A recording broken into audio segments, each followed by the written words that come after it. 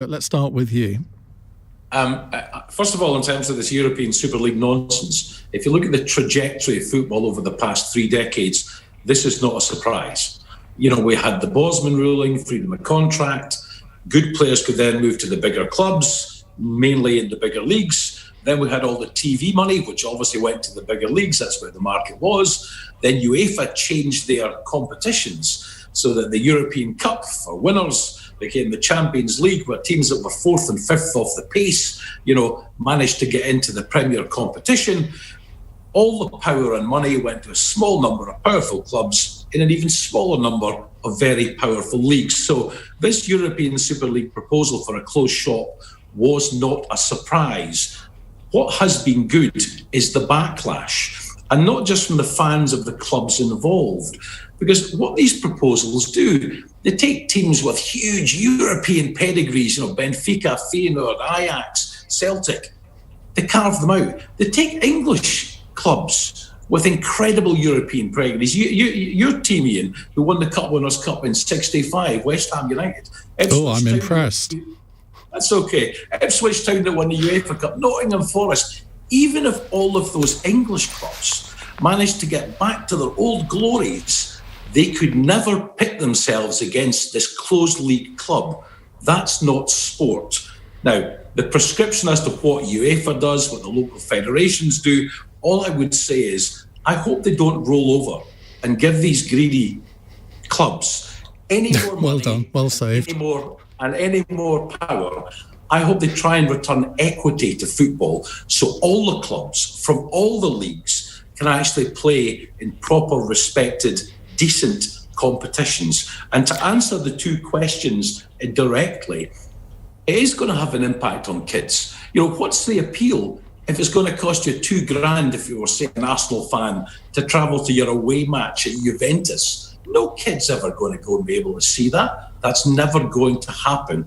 And as for whether the government right to intervene, yes, there were, except if it can be political for just a minute. 5 days of rioting in Northern Ireland, Boris Johnson said nothing. 24 hours of football, and he's all over the telly. So they were right to intervene, but, there are other priorities for the Prime Minister as well. Layla, are you a football fan?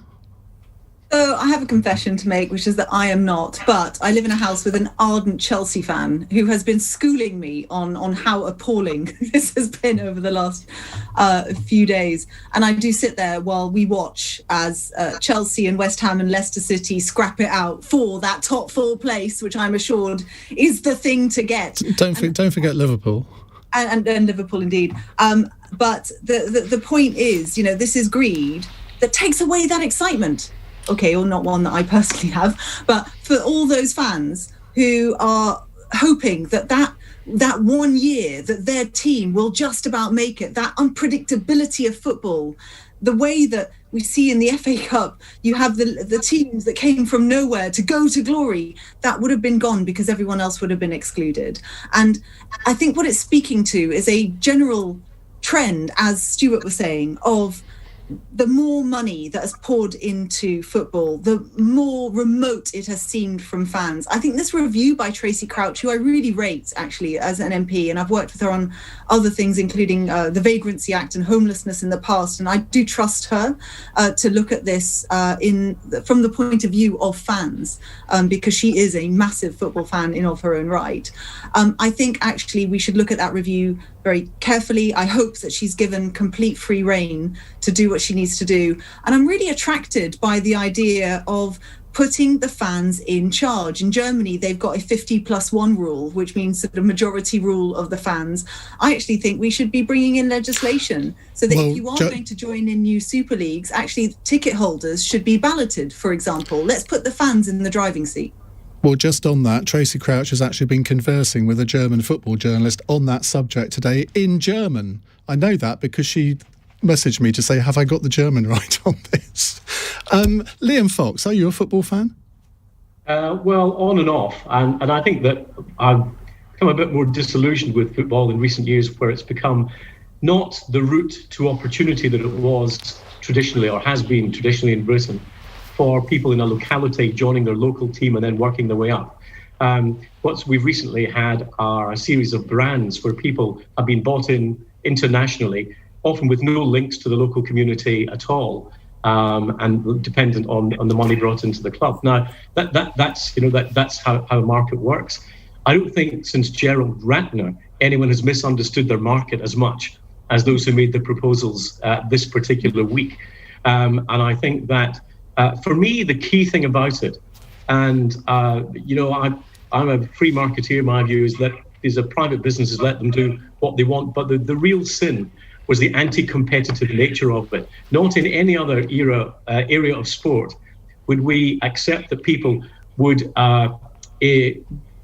get the position that they have today and hold that in perpetuity in respect of their actual performance. I mean, we've got Wimbledon coming up. What if we saw, the top 10 Wimbledon players decided that they were going to set up their own tournament, it would be a closed shop and no one would get in and no one would have to leave however bad they got. I mean, you would think that was utterly absurd. It is much the same as what was going to happen here.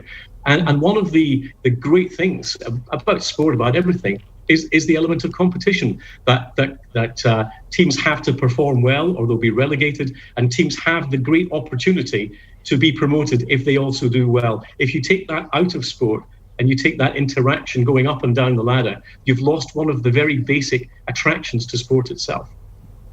Jeremy Corbyn, I know you're a devout Arsenal fan. I can imagine yesterday or the day before, steam was coming out of your ears. Absolutely furious. I live just near the Arsenal Stadium, and two of my sons are Arsenal season ticket holders. One of my sons runs a football club. So, football is around quite a lot.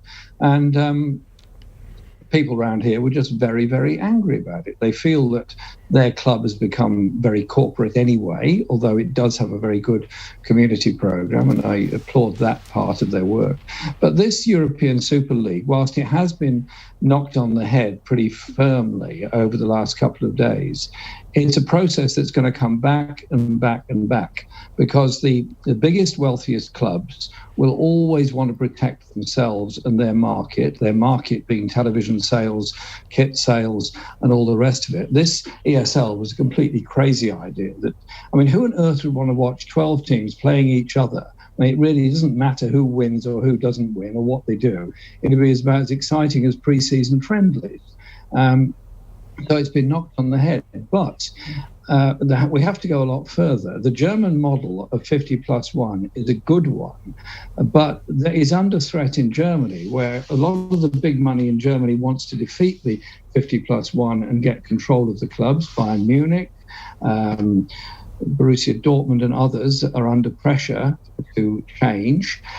And so I do think we have to take it a stage further and bring in real democracy in football, which is what I put forward in our manifesto, which was a subvention on Premier League clubs much bigger than there is at the moment, to fund local soccer, to fund Leagues 1 and 2, and to basically encourage football. Because young people, boys and girls playing football, they're fit, they enjoy it, they learn something about themselves, and they learn something about teamwork. It's actually quite an important part of growing up. But if the only message in football is money at the top, which will damage the rest of football, is not good. Now, I support also, a team that gives me a lot of love and pain is Forest Green Rovers, because they are on the cusp of, first of all, direct promotion, and now they're fighting to keep in the playoff zone.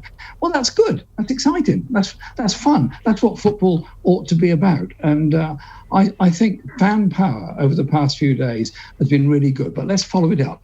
Reduce the ticket prices, democratise the clubs, put the money where it needs to go into grassroots sport and football, not asset stripping of local clubs and selling off of their fields. Well, I think maybe one of the positives that has come out of the last 48 hours is that it's not just fans, but I think players were crucial in this, and they made it clear to their football club chairman and managing directors that up with this they would not put. So some good may have come out of it.